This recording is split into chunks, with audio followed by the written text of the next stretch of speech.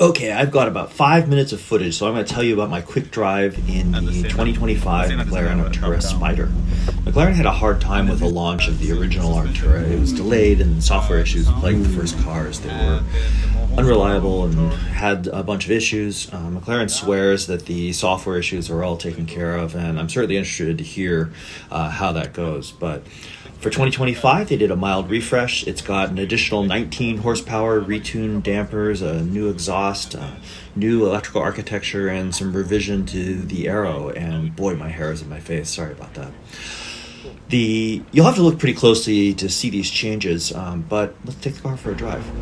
In 2022, I drove an Artura for the first time and did the same loop in it. Great car. Hybrid system made it interesting, but I never really pulled the trigger on it because, well, the 720S was so good and less complex and probably didn't have some of the reliability issues. The Artura picks up a real LSD instead of making the brakes play like one, which is nice, but the power and link dampers on the 720S made it a hard decision. First off, the car is noticeable that it sounds better. It's a huge difference. The top down, the exhaust note's immediately different. With the top up, the exhaust isn't as compelling with the top up, frankly, but who wants to drive a convertible with the top up? So the car really just sounds exotic, even though it's a V6. It sounds great to me.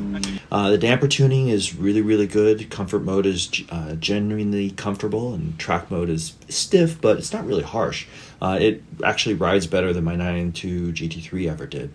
I really like where they put the damper controls and the drivetrain controls. Older McLarens had that on the little panel down between the seats, and you had to click a button to activate those settings. But the Artura puts the controls on top of the instrument cluster binnacle, which makes them really easy to reach and easy to change on the fly.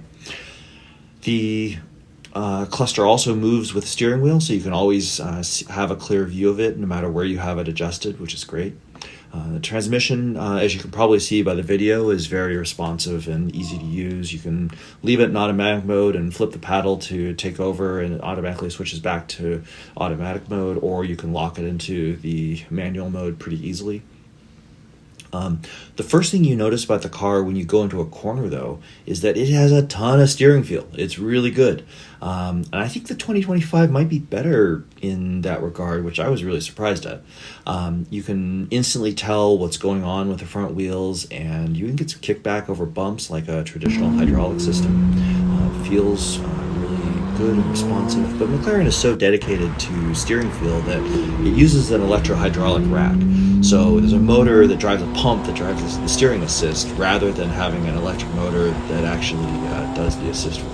Oh, wow. Acceleration feels great. It's fierce, pretty darn close to a 720 if I remember. And I haven't driven a 750, but the Artura really pulls into its 8,500 RPM red line. The exhaust note is way improved. It sounds like a proper exotic now. The hybrid system helps it not lag, even stomping on the gas from low RPM. The car just feels like it spools instantly and goes, which is great. It has a real LSD, so you can put all that power down really well. The older McLarens didn't have an LSD, which is kind of a strange choice. And to be fair, the brakes make a pretty good replacement for an LSD, preventing the inside wheel from spinning. But I think the Artura feels better and gets out of corners better and faster. But the great thing about the McLarens is that they are fairly light. This car is right around the same as what a 992 GT3 weighs.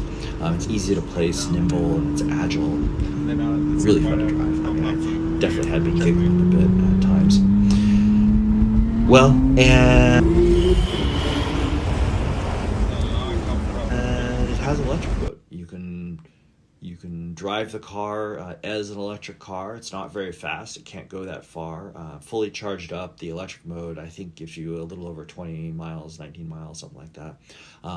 And it's kind of more of a party trick. I mean, I don't know, maybe you could use it for sneaking out of the house for a 2 a.m. rip up a dark road, or not making the neighbors mad when you actually leave for cars and coffee.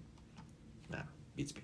The car does have this electric mode, and you can drive it around in fully electric mode. It regens smoothly. There's the regen happens when you let off the gas, so there's no blending in the brake pedal, but it means the brakes feel good. Although the brakes are McLaren brakes, so the first time you get in the car, although probably less than the other cars, but the first time you get in the car, it does feel like the car's not stopping. You do have to put more pressure on the brakes than most cars. Overall, hey, I really enjoyed my time in the car, and the small improvements they've made made a huge difference. I certainly am tempted to get one. Feels properly quick, planted, and is really fun to drive.